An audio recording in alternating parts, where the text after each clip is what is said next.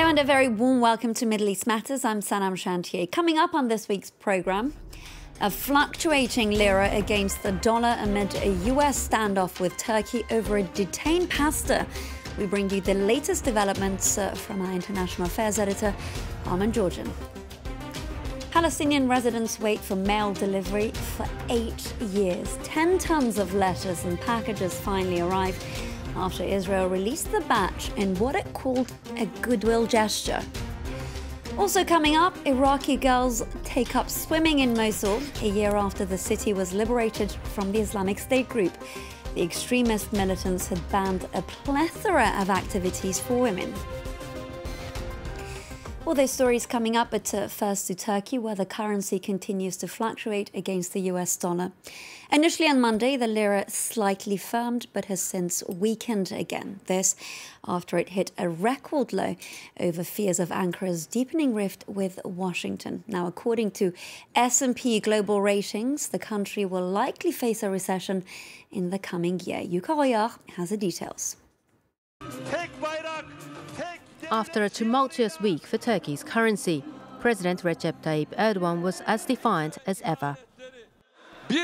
Some people believe they can threaten us through the economy, sanctions, exchange rates, interest rates and inflation. Well, here's what we tell them. We have uncovered your plots and we challenge you. The comments at a weekend rally came a day after S&P and Moody's both downgraded Turkey's sovereign credit rating further into junk status. The lira's slide accelerated this month after the US imposed sanctions and doubled tariffs on metal imports.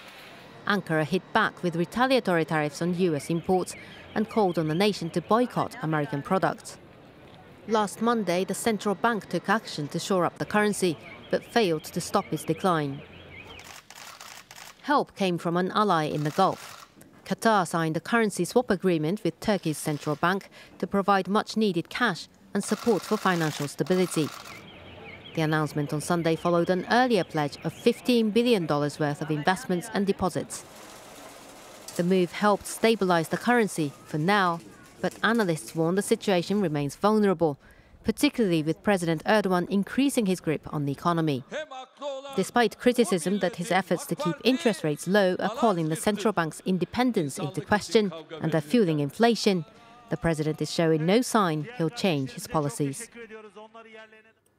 For more on this, let's bring in our international affairs editor, Armin Georgian, who's been following the latest developments for us. Armin, thanks so much for joining us. Can you explain why things have deteriorated this much between the United States and Turkey? Well, of course, there are very old policy problems between the two countries, particularly on the issue of US support for Kurdish forces in Syria, and that predates Trump, will probably outlast him. But I think with Trump, the personal dimension is very important, clearly more so than with his predecessors. And recently, he said that a relationship can't be a one-way street. He helped Turkey with the release of a Turkish woman who is being held in Israel.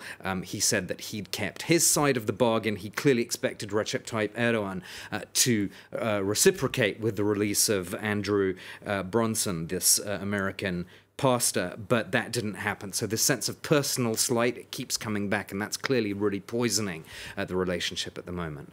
But now we have Qatar to the rescue. Does that mean that Turkey is going to be in the clear?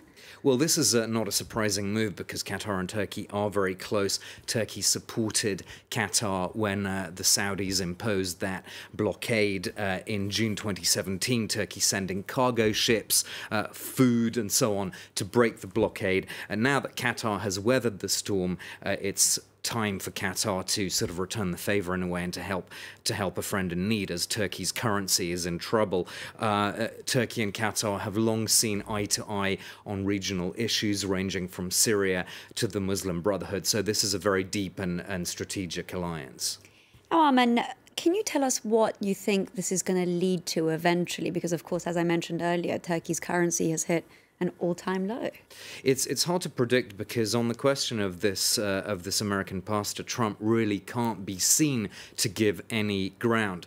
Bear in mind, Andrew Brunson is not the only U.S. citizen who's being held in Turkey. There's also a NASA scientist who's behind bars, but he's not getting anything like the same attention. This could be something to do with the fact that Trump's support base is part of it is white evangelical voters who overwhelmingly supported him in his election campaign against Hillary Clinton. And so he's got to show to them that he's strong on this issue, that he will get this Christian pastor back to the US. And if he did what Recep Tayyip Erdogan is suggesting that he does, which is to do a swap, Fethullah Gulen, the US-based cleric, to send him back to Turkey in return for Brunson coming to the US, that would look like weakness. And so that's why I think this is an unpredictable situation, because Trump can't be seen to be weak in this. So a lot of appeasing his supporters in the US.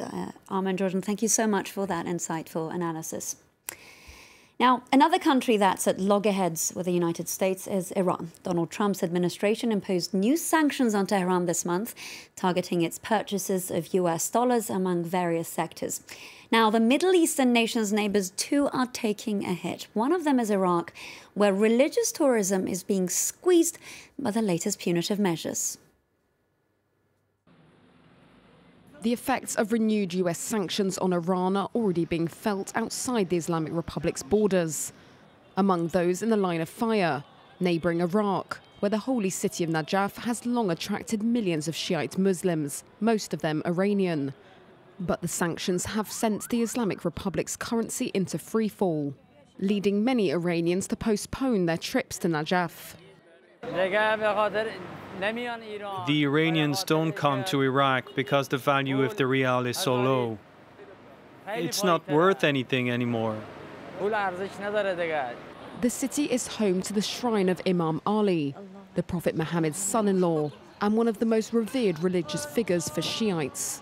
The shrine brings 1.5 million Shiite pilgrims to the holy city per year. Tourism in Iraq is almost exclusively concentrated in Najaf and Karbala, another holy Shiite city. As a consequence, observers worry the sanctions could have dire effects on the entire Iraqi tourism industry, which employed more than 500,000 people last year. The sanctions have overburdened the Iranian people and pilgrims. Therefore, the number of visitors travelling to Iraq has become very low. And during these past few days, we've noticed that many of them have cancelled their hotel reservations. Stakeholders in the tourism sector have already had to adapt to mounting cancellations. Hotels have been forced to offer rooms at bargain prices. And Najaf Airport now operates just 12 flights a day between Iraq and Iran, down from 35 prior to the sanctions. Many worry the worst is yet to come.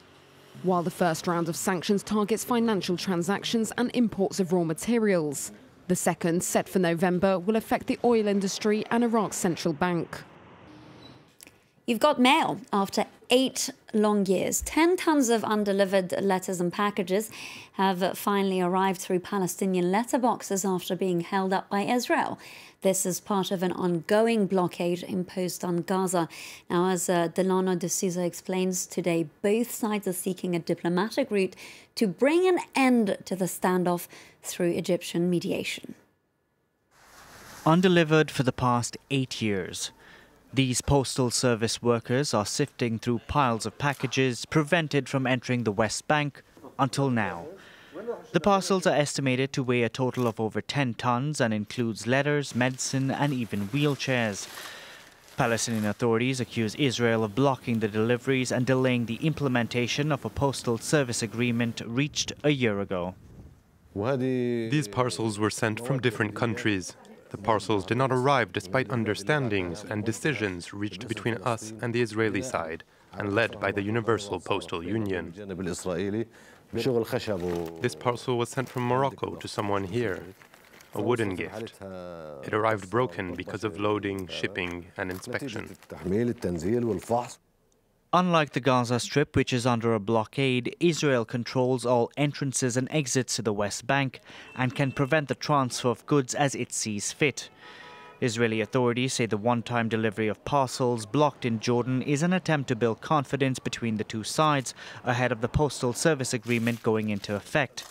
Many of the shipments here were ordered online by residents in the West Bank, and postal service officials believe they'll need 2 weeks to sort through the piles and begin deliveries. It's been just over a year since the Iraqi city of Mosul was liberated from the Islamic State group.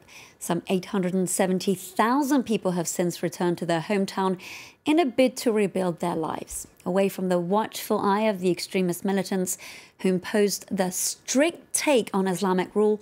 Some are doing things that would have been unimaginable at the time. One of them is Omar Ibrahim, a swimming instructor who's putting together a team of 12 young girls. Tons of concrete rubble and unexploded munitions remain strewn across Mosul. And still, its residents are gradually working to bring life back to normal. For a group of young girls, that means taking up a new sport. Malak Hisham has joined a swimming team in the making. Along with 11 other girls, she trains with a coach at a public pool every day. Both before and during the Islamic State group's rule, many pools were reserved for men. But now, this team of ambitious swimmers is changing that. I love swimming. My father was a swimmer. My parents have encouraged me to join the sport, participate in competitions, and win prizes. I dream of becoming a great swimmer and to become a champion. Swimming instructor Omar Ibrahim is hoping to use the water sport to encourage healthy living and build a successful swimming team. He trains with the group of 12 girls for 2 hours per day, though resources are still lacking. As a swimming coach in the city, we lack support, whether local, international, or from the central government in Baghdad. The municipality launched a project to build an Olympic-sized pool 10 years ago, but the plan was eventually stalled because of insufficient finances.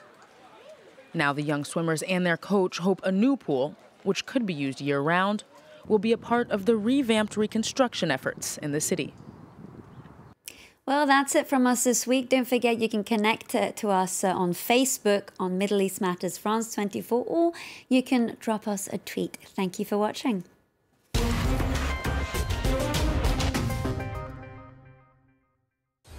This week's edition of France in Focus comes to you from the southern French city of Nîmes, where we're exploring the heritage left behind by the Romans. And as we'll find out, during the 5 centuries they spent here, they left quite a mark.